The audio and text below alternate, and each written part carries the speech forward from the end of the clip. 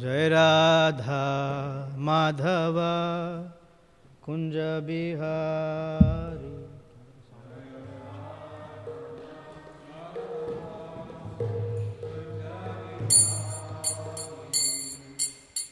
गोपीजना वल्लभ गिरिवरधारी।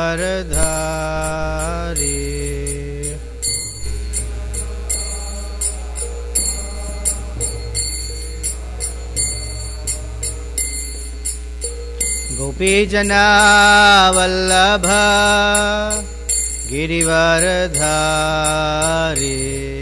Thank you.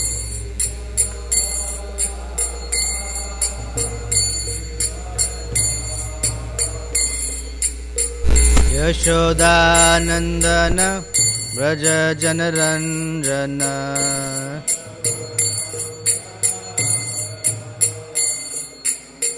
यशोदानंदन व्रज जनरंजन।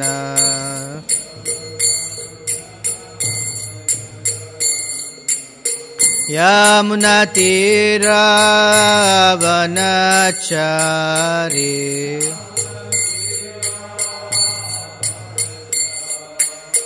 यमुनातीरावनचारी।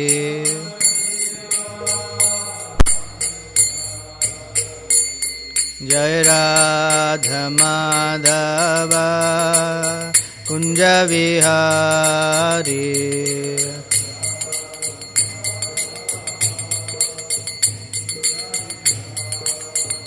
जय गोपी जन वल्लभ गिरिवरधारी।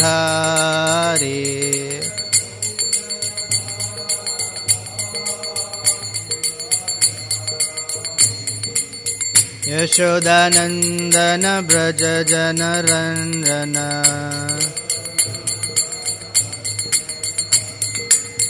यमुनातीरावनचारी।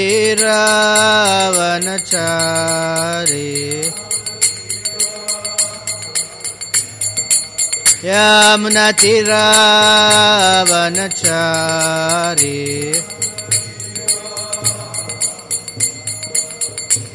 जय Radha Madhav Kunj Bihari.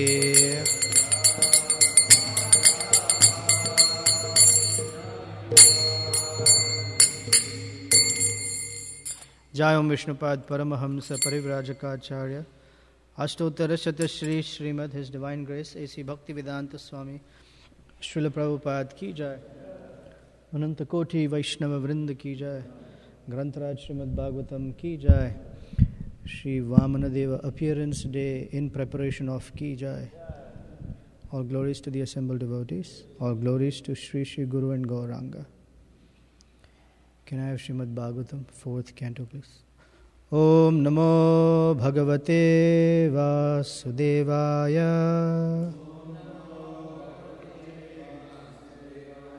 Om Namo Bhagavate Vasudevaya.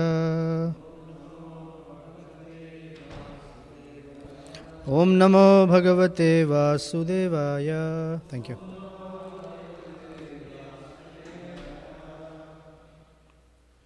Reading from Srimad Bhagavatam, Canto 4, Chapter 30, text number 13. Kando pramlochaya labdha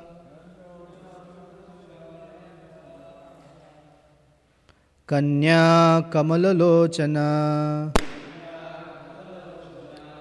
tham chapavidham jagrur bhuruha nripanandana. Kando pramlochaya labdha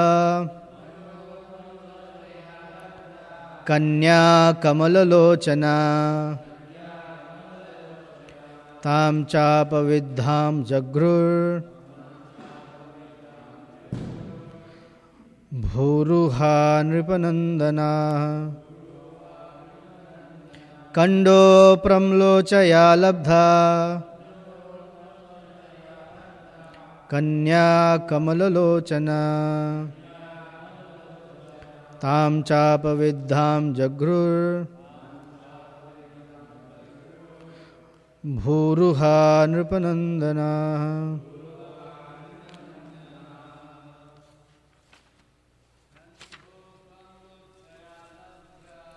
Kando Pramlochaya Labdha Kanya Kamalalochana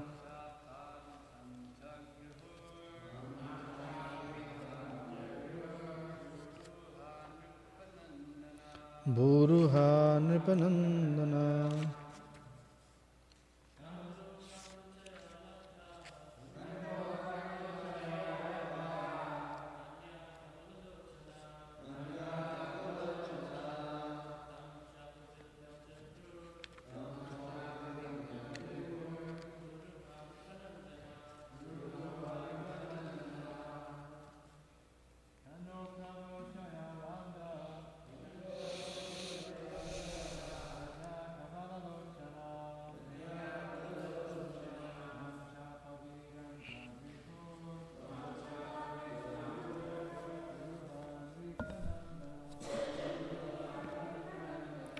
Ladies, please.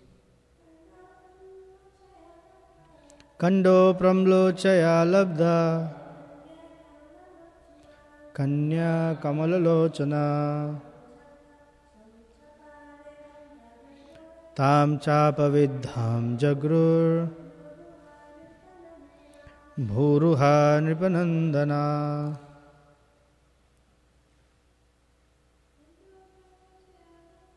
Kando Pramlochaya Labdha Kanya Kamalalochana Tam Chapavidham Jagru Bhuruha Nripanandana. Kando of the sage Kandu, Pramlochaya by a heavenly society girl named Pramlocha. Labdha obtained, Kanya daughter, Kamalalochana lotus-eyed, Tam her, Cha also, Apavidham given up, Jagruhu accepted, Bhuruha the trees, Nripanandanaha O sons of King Prachina Barhishat. Translation and purport by Srila Prabhupada Ki Jai.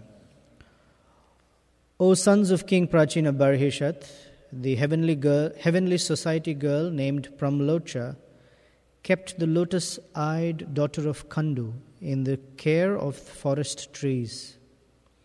Then she went back to the heavenly planet. This daughter was born by the coupling of the Apsara named Pramlocha with the sage Kandu. Purport. Whenever a great sage undergoes severe austerities for material power, the king of heaven, Indra, becomes very envious. All the demigods have responsible posts for the management of universal affairs and are very highly qualified with pious activities. Although they are ordinary living entities, they are able to attain responsible posts like Lord Brahma, Indra, Chandra and Varuna.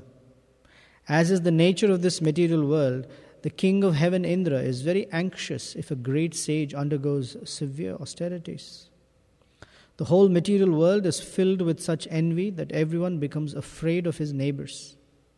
Every businessman is afraid of his associates because this material world is the field of activities for all kinds of envious people who have come here to compete with the opulence of the Supreme Personality of Godhead. Thus Indra was very much afraid of the severe austerities performed by this great sage Kandu, and he sent Pramlocha to break his vows and austerities. A similar incident took place in the case of Vishwamitra. From other incidents in the Shastras, it appears that Indra has always been envious. When King Prithu was celebrating various sacrifices, Outdoing Indra, Indra became very envious and he disturbed King Prithu's sacrifice. This has already been discussed in previous chapters. King Indra became successful in breaking the vow of the great sage Kandu, who became attracted by the beauty of the heavenly society girl named Pramlocha and begot a female child. This child is described herein as lotus-eyed and very beautiful. Being thus successful in her mission, Pramlocha returned to the heavenly planets, leaving the newborn child to the care of the trees. Fortunately, the trees accepted the child and agreed to raise her. Om Ajnanatimmirandhasya Gyananjana Salakaya Chaksur Unmilitam Yena Tasmai Shri Gurave Namaha Shri Chaitanya Manobhishtam Sthapitam Yena Bhutale Swayam Rupa Kadamahyam Dadati Swapadantikam Vanchakalpa Tarubhyascha Kripa Sindhubhya Evacha Patitanam Bhavanebhyo Vaishnavebhyo Namo Namaha Jaya Sri Krishna Chaitanya Prabhu Nityananda Shri Advaita Gadadhara Shivasadi Gaura Bhakta Vrinda Hare Krishna Krishna Krishna Hare Hare Hare Rama Rama Rama Hare Hare.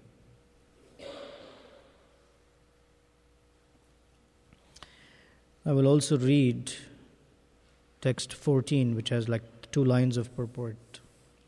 Thereafter the child, who was left to the care of the trees, began to cry in hunger. At that time the king of the forest, namely the king of the moon planet, out of compassion placed his finger, which poured forth nectar within the child's mouth. Thus the child was raised by the mercy of the king of the moon. Although the Apsara left her child to the care of the trees could not take care of the child properly. Therefore the trees handed the child over to the king of the moon. Thus Chandra, king of the moon, put his finger within the mouth of the child to satisfy her hunger.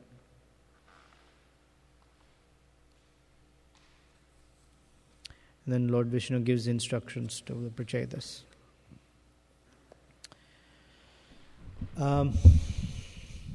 Today is Ekadashi,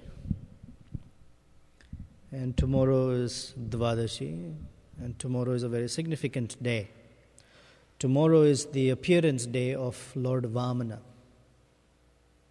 Tomorrow is also the appearance of Sri Jiva Goswami.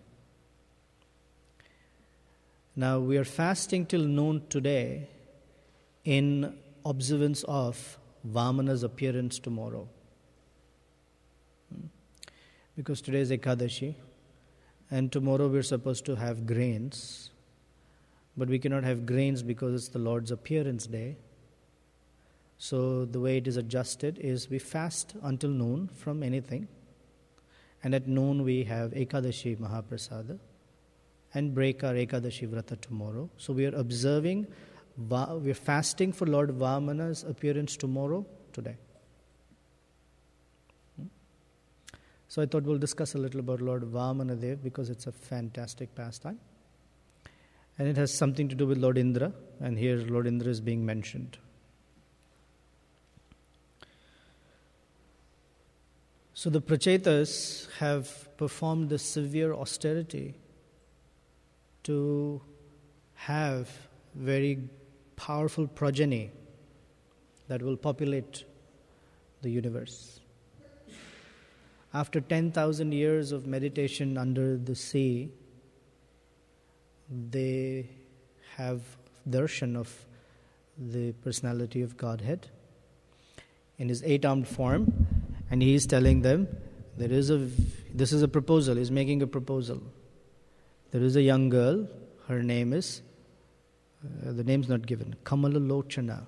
She has lotus petal-like eyes, and she is the daughter of Maharaj Kandu and Pramlocha. And Prabhupada says Pramlocha is the heavenly society girl. Her only business is to disturb the sages. She's employed by Lord Indra So Maharaj Kandu was performing very severe penance and austerity. And Lord Indra became uncomfortable. And the purport Prabhupada basically says that Lord Indra always becomes uncomfortable, it seems like, when someone is performing meditation. Because Lord Indra, in this sense, personifies sort of insecurity. That, if he becomes very powerful, then he will want my position. So I should make sure that he will not get my position. It's called being attached to the chair. You guys don't know Hindi. So I will say something in Hindi and I'll try to translate it to as well as I can. When politicians, now's the election time, so politicians promise a lot of things. Tax break, healthcare reform, whatever they promise. So in India also there was a politician.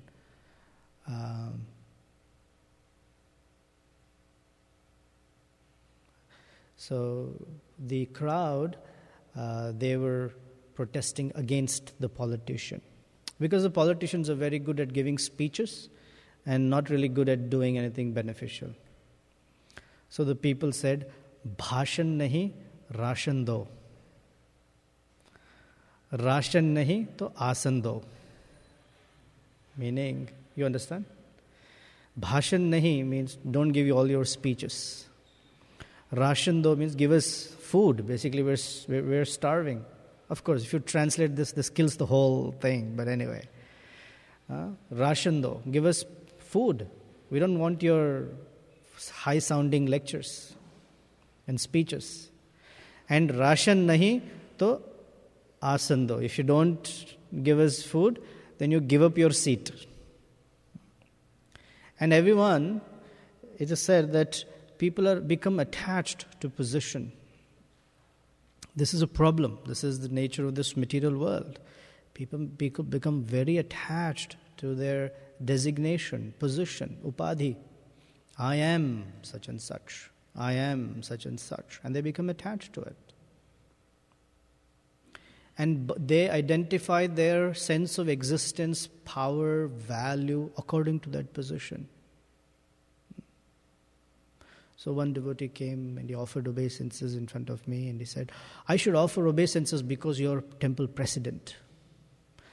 I said, so tomorrow if I'm not, you'll not offer obeisances? What about being a devotee? We should offer obeisances to each other because we're devotees. Today this position is there, tomorrow that position will not be there. I mean, there's no guarantee, nobody said. Anything can happen. One time Srila Prabhupada was on a morning walk. What is this sweet pastime? One time Srila Prabhupada was on a morning walk and he stopped by a tree and just near the tree was a lot of bird droppings. So Prabhupada said with his cane, what is this?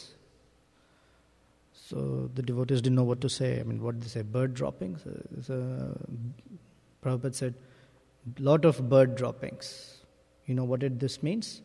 This means that the same bird is sitting on this branch every day. And he's thinking, this is my branch. So like this, people can become very attached to my service, my position. This is mine. And that's so terrible. So our principle, the teaching that we have to follow, is that we have to be attached to serving, not to the service. We are attached to serving. So Krishna says, do this service, then we do that service like there's no tomorrow. And then Krishna says, do that service, then we do that service like there's no tomorrow. We are attached to serving. Whatever is the service, we're attached to serving. And our attached to serving comes because we're attached to the master who gives the service. But the problem in this material world is we get attached to service. My service. Because my designation, my position is according to that identification with that service. Such and such service. So here's the problem. It is coming from Lord Indra. Indra, the one who takes the position of Lord Indra, he has performed 100 Ashwamedha Yajnas. And no one else can do it. It's not easy. Even if someone tries to do it, he'll meet with the heavenly society girl. Or if someone tries very severe austerities, they will also meet with the heavenly society girl. Either it's Menaka, Pramlocha, Urvashi, Ramba, Menaka, one of those persons. So better to be careful, not to compete with Lord Indra. That's the point. Anyway, we don't have to worry about it. We're not performing Ashwamedha Yajna, nor are we that austere. So Lord Indra doesn't worry about us. We're under the shelter of Srila Prabhupada and we're fine. Now, Lord Indra is not always like this. The Supreme Personality of Godhead takes many incarnations within this world simply to assist Indra or shelter Indra. Ete cham shakala pumsha Krishnastu Bhagavan Swayam Indra Ari, enemies of Indra. Indrari Vyakulam Lokam. When the world is in distress because of the enemies of Indra, Mridhayanti Yuge Yuge, the Lord appears millennium after millennium just to help Indra. Help Indra means the demigods by definition are within the modes of goodness or governed by the mode of goodness. And the Supreme Lord, for the sake of maintenance of the universe, would like to see that the mode of goodness is prevalent. While these persons are in the mode of goodness, Prabhupada says, sometimes they become affected by envy. One such time, the leader of all the demons, Daityas, or the sons of Diti, headed by Bali Maharaj, fought with Indra and all the demigods. The demigods were very, very strong. And in the battle, all the demons, many of the demons were killed, including Bali Maharaj. Then Bali Maharaj's guru, Shukracharya, he performed a very special medical procedure using mantras and brought Bali Maharaj back to life. Shukracharya has this capacity. And not only did he bring Bali Maharaj back to life, he made Bali Maharaj invincible. So Bali Maharaj, along with the demons, charged again towards Indra. And when it's described that when the entire army marched towards the heavenly realm, especially the city of Amravati, where Indra lives, Indra and the demigods became very nervous. And they didn't know what to do. So they ran to their guru, Brihaspati. I can give more purports if you like. This pastime is very nice. This is a proper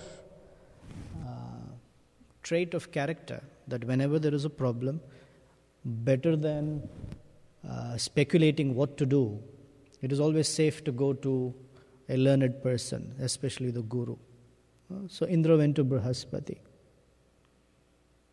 And Brihaspati told him, Bali Maharaj has just been revived and he is very, very powerful right now.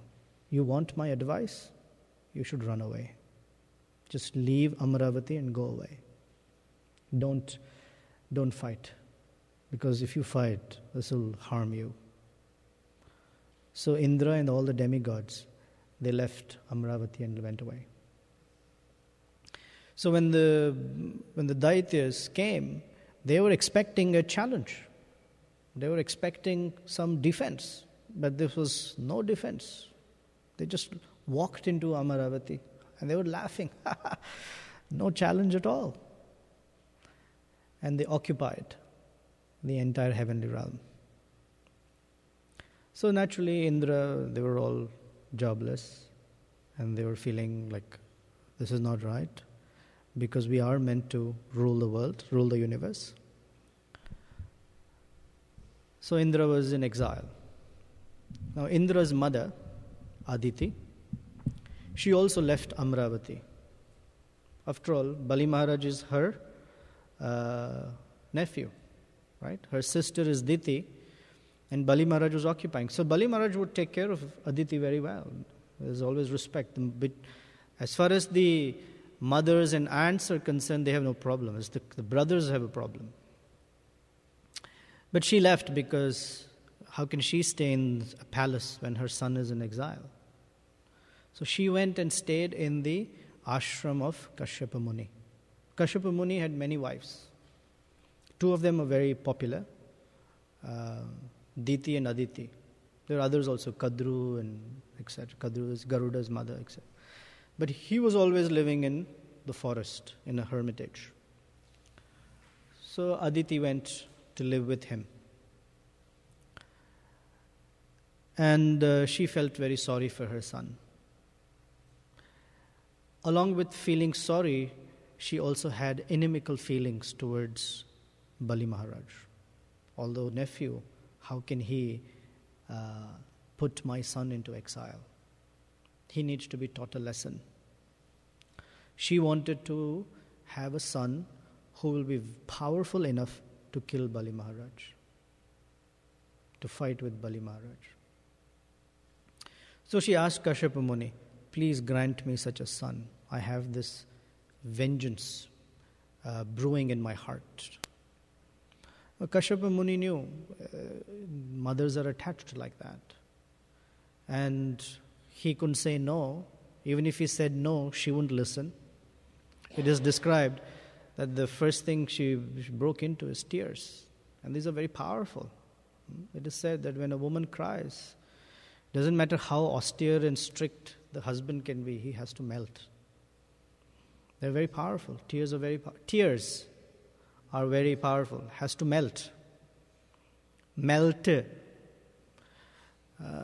He has to give in. It's like, okay. So anyway, so she went through her story. This is what's going on. That's what's going on. And he just heard her. And then he had to do something for her. So as a devoted husband, he's a devotee of Lord Vishnu. He said the best way that I can purify her consciousness is to give her some vrata that is directly connected to Lord Vishnu. So with that vrata, she might get purified. So he told her, all right, perform this particular vrata called Payo Vrata. Paya means milk. Said you should drink only milk for the next 12 days. I mean, that's not it. That's just the one meaning. Don't eat anything else. Just drink rabdi for 12 days. Said, and for 12 days, you should perform very severe austerities. Wake up early in the morning, take a cold bath, sleep on the floor, don't eat anything else. Invite great sages, cook for them, serve them, and recite these prayers. There's a whole list. There's a whole chapter called Payovrata. And so she very, very sincerely did it. She did it because she accepted her husband, Kashyapa Muni, as her guru. So this is the principle. In this chapter, the principle is the Lord Vishnu appeared to the Prachetas because they very sincerely carried out the order of their father, who was like a guru to them. Mother Aditi performed these austerities because she followed very steadfastly the order of her guru, Kashyapa Muni. So the Supreme Lord on the 13th day appeared to her. So this is a question I have for myself. For some persons, Hiranyakashipu performed this austerity for 1,000 years. The Lord never showed up. Dhruva Maharaj performed his austerity for 6 months. Prachetas performed their austerity for 10,000 years. Dhruva Maharaj for 6 months. Aditi only 12 days. And the Lord appeared and heard her story and promised her, "You're very, very sincere, very chaste, and I'm also feeling very good or feeling very loving towards Kashyapa Muni, and I will appear as your son." And just the fact that she saw the Supreme Personality of Godhead standing in front of her, she was overcome with such divine ecstasy that she forgot the whole vengeance against Bali Maharaj. Naturally, that's the effect of being in the presence of the Lord. So, practical for us is our hearts are filled with competitiveness, envy. Right? Envy, the manifestation of envy in the material realm is we're competing. We're competing against each other, and primordially we're competing with Krishna. Even as devotees, practicing devotees, when we compete with each other, we're still competing with Krishna. That's the whole problem. Our competition is with Krishna. It manifests with each other. So we come from this environment, the educational environment, the sports environment, where everything is so competitive. Everything that everyone does, you have to be the best. So the material world nurtures envy. It's feeding. So when you feed bananas to a snake, what happens? It becomes more poisonous. So we are in this world because of envy. And when we feed, and we put our children, we put ourselves, and we put others in the position of or in the environment of competitiveness, we increase their envy. We increase our own envy.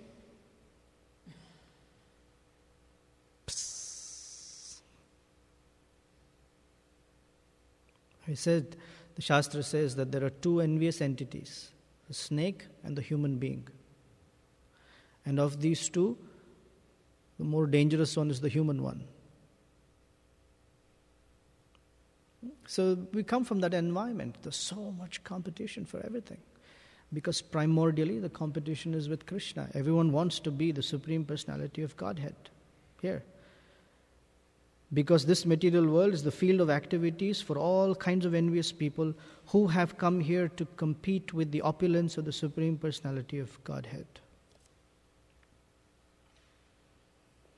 So the way to get rid of that envy is to be in contact with Krishna, be in His presence. On a practical platform, when we recognize that we have envy, it's not a case of if, right? It is there. Just as a matter of when we recognize that we are envious. When we do recognize that we are envious, the antidote for envy is respect and service. Service is a little more intimate, so it might be difficult, but that's the actual solution or antidote. But minimally, respect. If we express our respect to another person, we become free of envy towards that person. Envy is the flip side of respect, actually. For example, if a person has good qualities and we don't like those qualities, we are always talking about those qualities, are we not? Oh, why does that person have to be so humble? Why does that person always have to be so respectful? Why does that person always have to be so blah, whatever? We're appreciating those qualities, except in a negative or an unfavorable way. So the antidote for envy is to respect properly. Person is very humble. Person is very respectful. The person is very, whatever, modest and meek, or gentle, simple. When we respect like that, the envy within our own heart begins to dilute and go away. So, Aditi, when she performed the Payovrata, because of that vrata, being in contact with the personality of Godhead through the chanting of mantra and for the austerities to please Lord Vishnu, she became purified. So when the Lord said, I will appear as your son, she was overjoyed. She was happy. So I'm going to read something from this chapter. This is the 8th canto, chapter 18. Lord Vamanadeva, the dwarf incarnation. So, text number, I'm just going to read a few translations and speak. Shukadeva Goswami said, after Lord Brahma had thus spoken, glorifying the Supreme Lord's activities and prowess, the Supreme Personality of Godhead, who is never subject to death like an ordinary living being, appeared from the womb of Aditi. And this is how he appeared. Not covered with blood and mucus and crying. This is how he appeared. His 4 hands were decorated with a conch shell, club, lotus and disc. He was dressed in yellow garments, and his eyes appeared like the petals of a blooming lotus. This is the appearance of Lord Vamana from the womb of Aditi. The body of the Supreme Personality of Godhead, blackish in complexion, was free from all inebrities. His lotus face, decorated with earrings resembling sharks, appeared very beautiful, and on his bosom was the mark of Srivatsa. He wore bangles in his wrists, armlets on his arms, a helmet on his head, a belt on his waist, a sacred thread across his chest, and ankle belts decorating his lotus feet. An uncommonly beautiful garland of flowers decorated his bosom, and because the flowers were extremely fragrant, a large group of bees, making their natural humming sounds, invaded them for honey. When the Lord appeared, wearing the Kaustuba gem on his neck, his effulgence vanquished the darkness in the home of Prajapati Kashyapa. At that time, there was happiness in all directions, in the reservoirs of water like the rivers and oceans, and in the core of everyone's heart. The various seasons displayed their respective qualities, and all living entities in the upper planetary system, in outer space, and on the surface of the earth were jubilant. The demigods, the cows, the brahmanas, and the hills and mountains were all filled with joy. This is tomorrow. On the day of Shravana Dvadashi, the 12th day of the bright fortnight in the month of Bhadra, when the moon came into the lunar mansion Shravana at the auspicious moment of Abhijit. Abhijit is the constellation of stars at the horizon when the sun rises. The Lord appeared in this universe. Considering the Lord's appearance very auspicious, all the stars and planets from the sun to Saturn were munificently charitable. O King, when the Lord appeared on Dvadashi, the 12th day of the moon, the sun was at the meridian, and as every learned scholar knows, this Dvadashi is called Vijaya. Vijaya means complete victory. And because the Lord has appeared, everyone is victorious, and that He heralds or is the harbinger of victory. So He is Vijaya.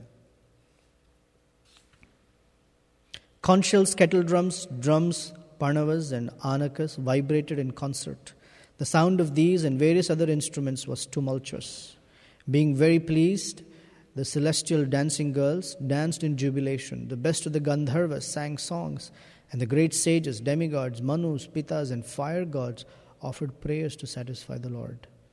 The Siddhas, Vidyadharas, Kimpurushas, Kinnaras, Charanas, Yakshas, Rakshasas, Suparnas, the best of the serpents, and the followers of all the demigods, all showered flowers on Aditi's residence, covering the entire house while glorifying and praising the Lord and dancing.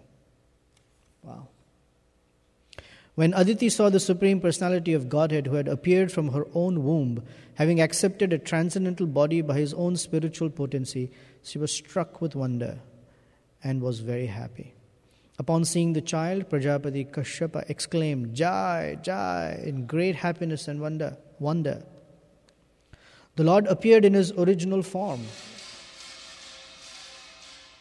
with ornaments and weapons in his hands.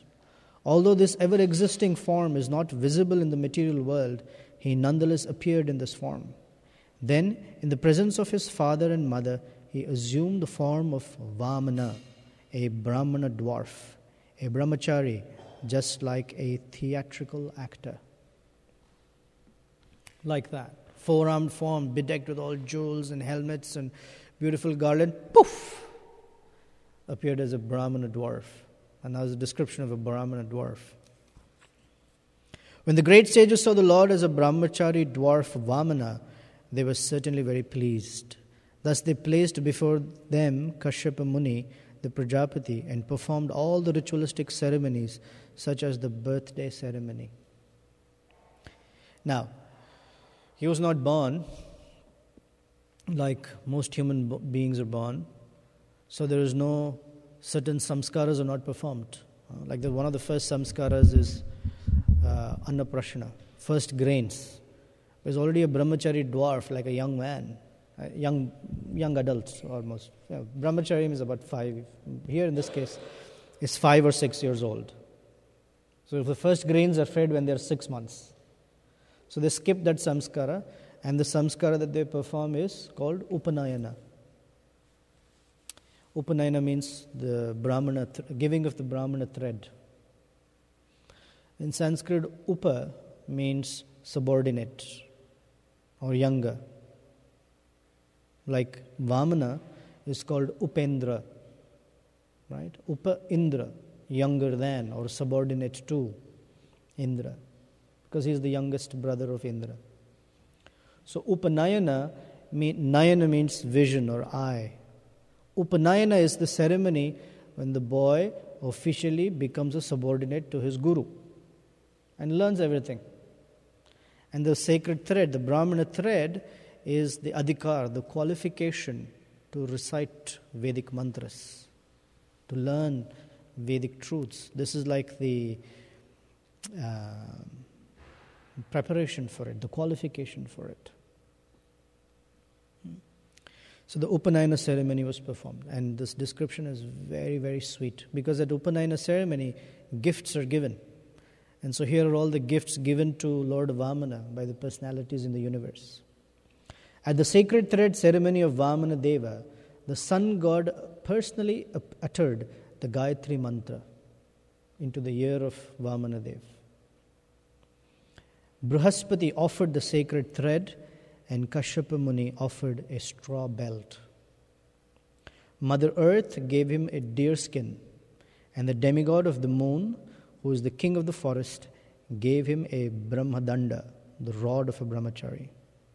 His mother Aditi gave him cloth for underwear, Kopina, and the deity presiding over the heavenly kingdom offered him an umbrella. Indra gave him an umbrella. O king, Lord Brahma offered a water pot to the inexhaustible Supreme Personality of Godhead. The 7 sages offered him kusha grass, and Mother Saraswati gave him a string of Rudraksha beads. When Vamana Deva had thus been given the sacred thread, Kuvera, king of the Yakshas, gave him a pot for begging alms. And Mother Bhagavati, the wife of Lord Shiva, and most chaste mother of the entire universe, gave him his first alms. So, having thus been welcomed by everyone, Lord Vamana Deva, the best of the brahmacharis, exhibited his Brahman effulgence. Thus he surpassed in beauty that entire assembly which was filled with great saintly brahmanas.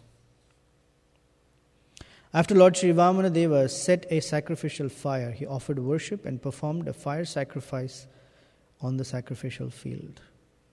When the Lord heard that Bali Maharaj was performing Ashwamedha sacrifices under the patronage of Brahmanas belonging to the Bhrigu dynasty, the Supreme Lord, who is full in every respect, proceeded there to show his mercy to Bali Maharaj. By his weight, he pushed down the earth with every step. So when he walked, the earth also shook by his steps, although he was just short dwarf Brahmana. The song by Jayadeva Goswami, called the Dashavatara song, this glorifies the Lord in all His wonderful forms. When He's glorifying Vamana Deva, He says, Chalayasi Vikramane Balim Adbhuta Vamana Padanakha Neera Janita Jana Pavana Keshava Dhruta Vamana Rupa Jaya Jagadisha Hare. Chalayasi Vikramane. Chalayasi. Chala means cheating or tricking someone. Chalayasi Vikramane. Krama means step. And Vikrama means majestic or very big steps. Chalayasi Vikramane. Balim Adbhuta Vamana. Although he was a dwarf, he was able to place, his pace was very, very big. So anyway, Bali Maharaj was performing Ashwamedha Yajna on the northern bank of river Narmada in a place called Brigukracha. And Lord Vamanadev, because he had a begging bowl, his first duty was to beg for his guru. So they sent him, go there and beg from Bali Maharaj. So he appeared at the sacrificial arena. As described that when he was coming from a distance, it was as if many, many suns had risen simultaneously. So Bali was struck with wonder by that effulgence. He said, who is that? What is that effulgence? So Shukracharya told him, that is a Brahmana. His name is Vamana. Oh, by the way, that is Vishnu in disguise. Be careful. He has come to ask you, so be very careful what you give him. Oh, Lord Vishnu has come. Fantastic. He stopped the sacrifice and stood up and ran to meet and to greet and receive Vamanadev. And he gave Vamana a nice seat, spoke nice words, washed Vamana's feet and drank the water from his feet, sprinkled it on his head and said, my entire dynasty has become purified and glorified by your coming to this sacrificial arena. So this is how we receive great Brahmanas, that by their appearance, generations of families become purified. So when he received Vamanadev, and he said, you're a Brahmana, you have come to this sacrifice. My duty is to give in charity. Please ask something. So, Vamanadev, dwarf means the torso is bigger or longer and the legs are shorter. So Vamana said, I don't want anything. I don't want to be greedy. I just want 3 paces of land. So Bali chuckled. He said, that's it? What will you do in 3 paces of land? So it's described, 3 paces of land signifies land enough for our grave. So Devakinandan Prabhu, when he was speaking this pastime, he was saying, if we pace 3 steps, we will notice that that's how long our body is.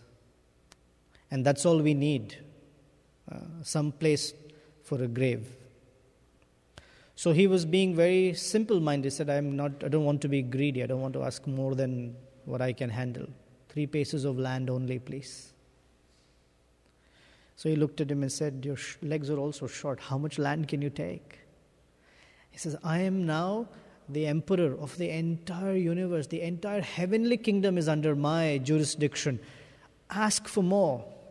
Ask for wealth, ask for jewels, ask for land, ask for silken garments, ask for ask for anything. It's all yours. No. 3 paces of land, please. He said, you don't seem to be a very intelligent Brahmana. Take more. No. 3 paces of land, please. All right. So be it.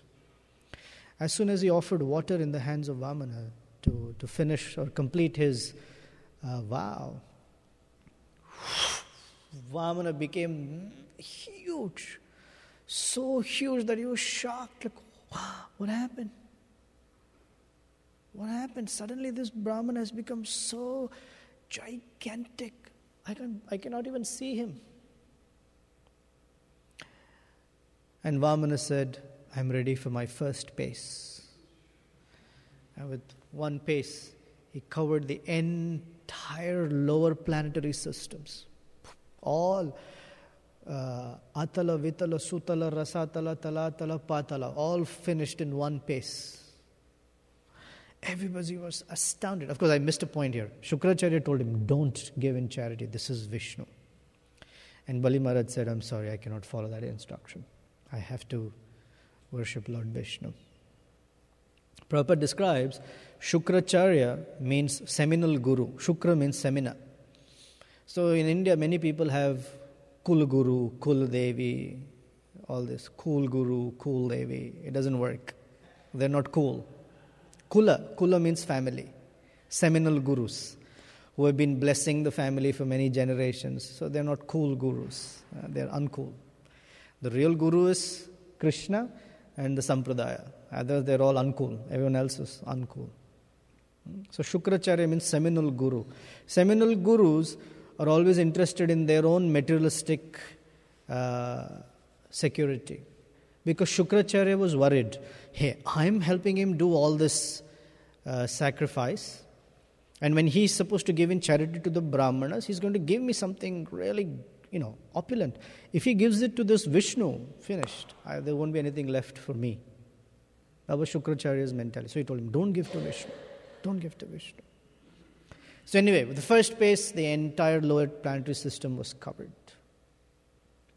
The second pace, he lifted his foot and covered the entire upper planetary system. Bhu, Bhuvar, Svarg, Mahar, Jana, Tapa, Satyaloka. Everything covered. And not only that, his toe pierced the universal coverings.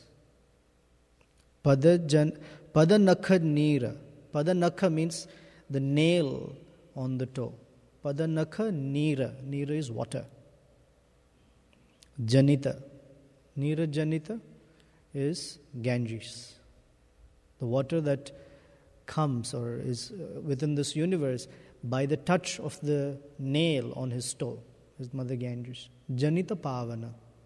She's the one who's very purifying because she's touched the feet of Vamana, and Lord Shiva accepts that water on his head. So just for context, it is described by Sadaputa Prabhu, late Sri Sadaputa Prabhu, that if the universe is the size of a ball bearing, okay, a 2-inch ball bearing, let's say. Our universe is 4 billion miles in diameter, according to... So that if that is 2 inches, then the coverings of the universe are a few miles long. So when Vamana poked the universal covering, you can imagine how big that nail must be on his toe. Anyway, he poked through the coverings of the universe and Mother Ganges entered. Padanakha Nira Janit Jana Pavana. And Bali Maharaj was astounded. And the Lord said, you gave me promise that you'll give me 3 paces of land. 2, I've covered the universe. Now what to do? What do I do with the 3rd pace? And you have to fulfill your promise to a Brahmana. Not fulfilling a promise to a Brahmana is very unholy. It's not pious. You'll get severe reactions for it. That's the reaction. He loses his kingdom. And Indra gets his kingdom back. So he says, I don't have anything else except myself. Please place your foot on my head. And very happily, Lord Vamana places his foot on Bali's head and tells him, Sutala planet is for you. Go there. And I'm so pleased. There's also another pastime in this. As if that were not enough, because he was humiliated and all of his kingdom was taken away, the next step was Garuda came. And with ropes tied Bali Maharaj as if he was a petty criminal. Usually when someone is very glorious, if they are handcuffed, then it's an insult. It's an insult. In America, they don't care. Everyone is handcuffed if they've broken the law. But in India, where there is some semblance of respect for someone's stature, the police will only escort them, and then take them to jail. But Bali was incarcerated. So Bali's wife came crying. What is this? And she begged to the Lord, why are you doing like this? He has given up everything anyway to you. Why are you insulting him even more? The Lord didn't say anything, just kept quiet. All the demigods and the devatas and other persons recognized how great Bali was. So it's described that the adversity, yesterday Jai Jagannath Prabhu said it nicely, the adversity is a chance, is an opportunity for Krishna to glorify his devotee. How my devotees manage adversities. That's why they are great. Versus the ordinary persons, when circumstances are difficult, they also go away. Like a parrot, you teach a parrot to say Hare Krishna, and he very nicely says Hare Krishna. But the moment a cat appears, the parrot will not say Hare Krishna, he'll say something and run away. So when everything is nice, everyone's chanting nicely and exhibiting all wonderful qualities, that's not the test. It's when there's a difficult circumstance, in the face of adversity, do our qualities shine forth? That's the test of a devotee. And Bali Maharaj is the exemplifying personality for such character. So in return, Lord Vamana took up the position, or has taken up the position, of a gatekeeper at the gates of Sutala planet, even today. And while Bali Maharaj is the reigning king of Sutala, Vamana Dev is still there. So that's the appearance and meditation on Lord Vamana's appearance, on Vamana's pastimes. Any question, comment on Kando Pramlochanaya Labdha Kanya Kamalalochana? Done.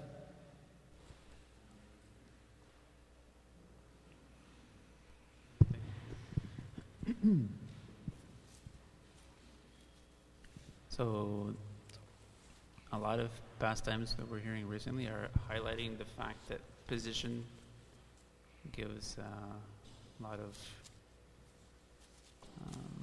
materialistic influence. So why would any, well, I mean, I can think of one answer, but why would anyone who's not like a pure devotee accept position, even a pure devotee? Why, besides out of gratitude or something, or I want to serve, why would they accept a position, knowing, like Priyavrata, knowing it's going to be entangling? It's like there's two things that are happening. It's like on one side we know simple axiom is like if something is not going to improve your Krishna consciousness, then don't do it. On the other side, if Krishna wants you to do something that's not going to improve your Krishna consciousness, then you should do it. But then, there's examples of persons who didn't accept. So how is that? I mean, what is a finer thing? It's just they, in those circumstances, they know exactly that's what Krishna wants, or there's some other internal disposition that makes them accept, because Kumaras didn't accept, Bhishma Dev didn't accept, etc., like that. What was the last part of the sentence? Just now? Yeah. I said like that. Like them, like that. They didn't like accept. Whom? Bhishma Deva, Kumaras. Ah. But then others, Priyavrata did accept. Or Bali Maharaj's, Prahlad Maharaj. He didn't get ordered to accept, but he didn't need to become a king. He was, pure devotee. He accepted. So, why one, why not the other one?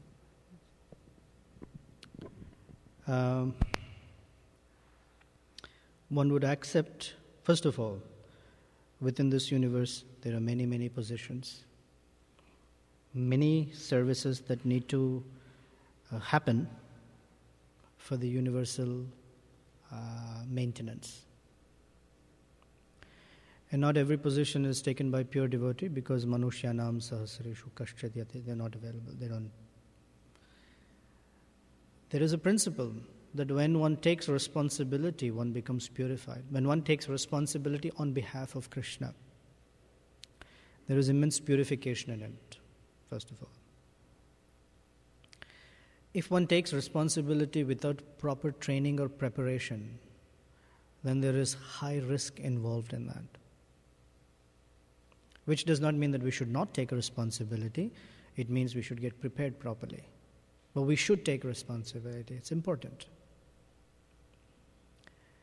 Third is, an expression of gratitude is by taking responsibility. Prabhupada took the responsibility of being the acharya for the sampradaya. Although as a humble Vaishnava, that may not be something that he was aspiring to do, but that was an instruction. So he took that. In the case of Priyavrata, the example, even Priyavrata was hesitant. So Lord Brahma, Manu, Indra, all, Narada Muni promised him, don't worry, you'll be protected. So the promise of protection is that there is the shelter of these personalities. In the case of Kumara's not taking, is Krishna's very specific arrangement, because Rudra had to manifest. That's the first appearance of anger within this universe. So there is Krishna also working to manifest things within this universe. So ultimately there is a vision, plan of the Lord, and the taking of responsibility means accepting to become instruments of that will or plan. And so for this, these are great personalities. They've qualified themselves. Indra has qualified himself by performing 100 Ashwamedha Yagyas. It's not a joke. It's not a joke to do 100 Ashwamedha Yagyas. Even one Ashwamedha Yagya is not a joke. Something happens to the horse. Oof.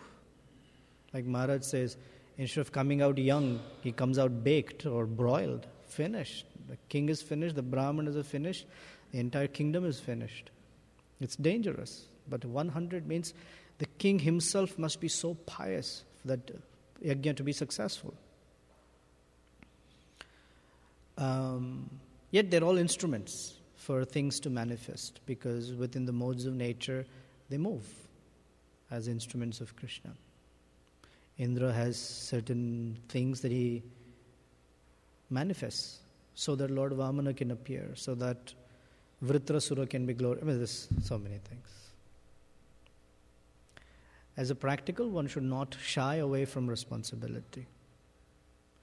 One should become qualified to take responsibility. Whenever that comes, but one should become qualified. Is that right? It's good, thank you. Can I follow up? Yeah. More? If you can speak a little louder, though. Sure, I'll put it closer. So, like you mentioned, you gave the example of Srila Prabhupada. And, the exalted person that he already was, Srila Prabhupada didn't come willingly even to the United States. From the way he expresses it in his humility is, Krishna asked me to come. I said, I don't want to go. So even Srila Prabhupada in his whole life was a preparation for him. But of course, his position was also the acharya for the entire world. So I guess the service has to be weighed in terms of the preparation, depending on how big the service is. So does that make sense? Yeah, to me the word willing means that he was not greedy for that, or that's not a separate vision for himself. If the Lord said do this, fine. Although I was not thinking about it, you want me to do it? Yes, I will do it. In the Krishna book it's described the sons of Krishna, especially Pradyumna, was such that if Krishna wanted him to do this, but he himself was thinking of doing that, then he would abandon this and do this.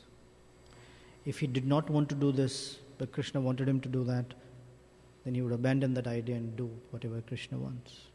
He would do or not do according to whatever Krishna wanted, not what he wanted.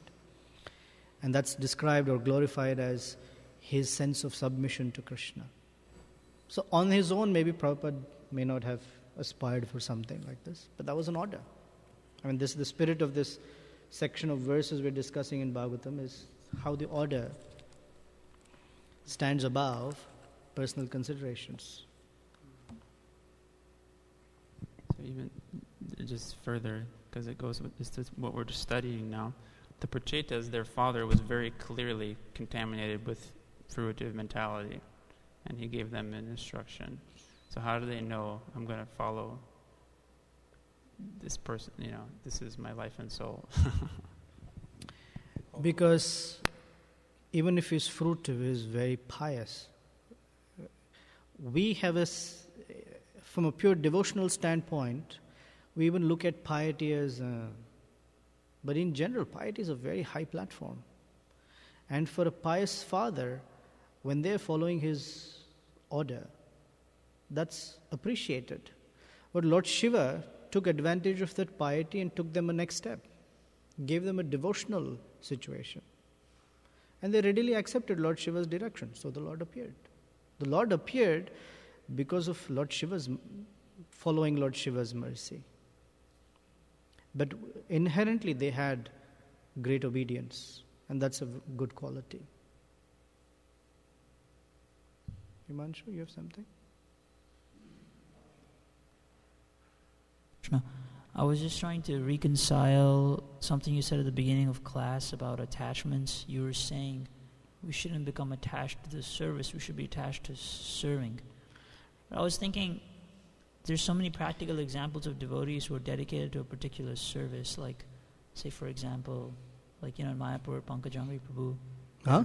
In Mayapur, yeah. Pankajangri Prabhu, they've been like pujaris for many years, and some people say that they don't want to take sannyas because they don't want to lose that service of being pujaris. I mean, I don't know how true that is, but we don't even have to go that far. Even in our current association, we see some devotees are particularly attached to a particular service, and that's encouraged and it's nice, and it's very progressive. So I was trying to understand what you meant by that statement. Yeah, I explained it, knowing well that it can be wrongly understood or not fully understood. And I explained it this way. If Krishna and Guru want us to do this service, then we perform that service like there's no tomorrow. It means we're very attached to that service. That service is very dear to us. If tomorrow Krishna says, do that service, what is higher priority? Krishna's request or my attachment to that service? My attachment to Krishna. If Krishna says, drop this service, pick up that service, we pick up that service. Oh Krishna, why are you snatching it away from me? Have I done something wrong? Are you upset with me? Please take that service. Our attachment is to Krishna. Our attachment is to the order of Krishna and Guru. When we are given an order to do some service, we do that service like our life depends on it. In one lecture, Srila Radhanath Maharaj explains that suppose we've been given the service of peeling a potato. That's the explanation he gives. Then we should peel the potato thinking that this is the perfection of my life. How I peel this potato is the perfection of my life. My whole spiritual life depends upon how I peel this one potato. And 5 minutes later, someone comes, a leader comes or whoever comes and gives an instruction. Now wash pots. Then we drop the potato and wash the pot thinking my perfection of my life depends upon how I wash this pot. Because we are attached to the person, not to this or that. So it doesn't mean that I do some whimsical, haphazard service like Henry. Not the Henry paradigm of washing pots. That's not like that.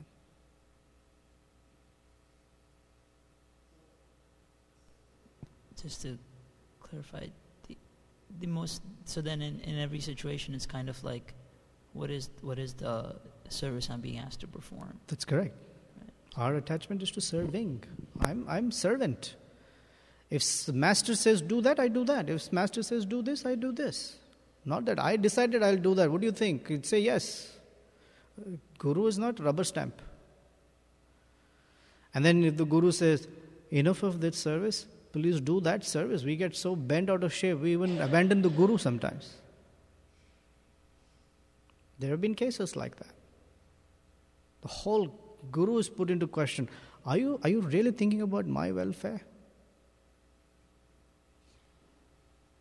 Like that. Because there is sense of attachment to our identifying, a designation comes from that. I am the potato peeler. How dare someone else peel a potato? Who cares for pot washing? Potato peeling is so great.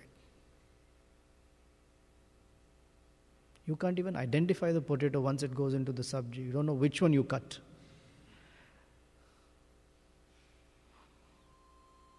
Confirmed. Okay. Final words and then we'll stop at 8:40. Nice pastime, huh? Lord Vamanas. I really like this. Very nice.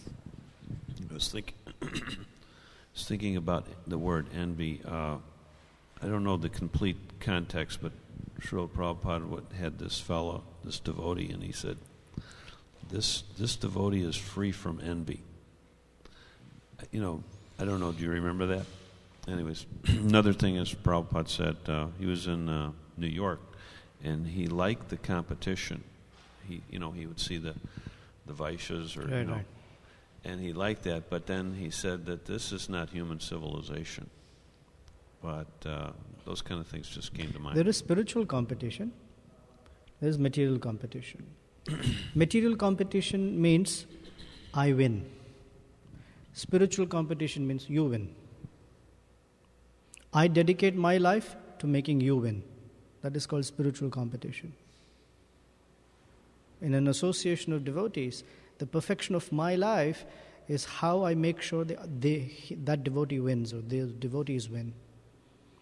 In a material sense, in whatever sangha, I win. So to make someone else win, we have to serve them. That is spiritual competition. Do we have time? I can narrate a short pastime of Radha and Krishna. One time, Srimati Radharani was on a swing with Krishna.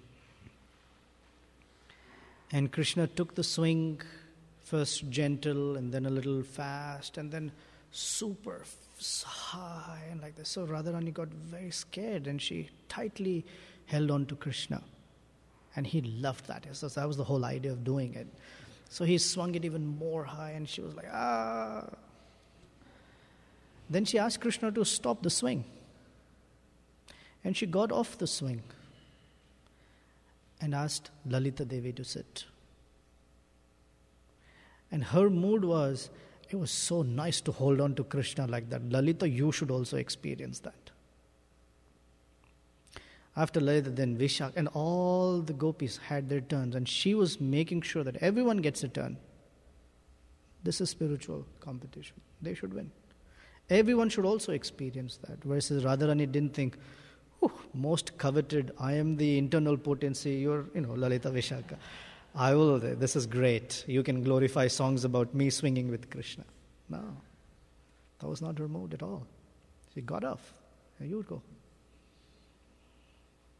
Of course, Srimati Radharani's high platform, but it's instructive as to how we operate within Sangha of Vaishnavas. Okay, thank you very much. Ekadashi Mahavrata ki jai, Lord Vamana ki jai, Srila Prabhupada ki jai, Bhagavatam ki jai.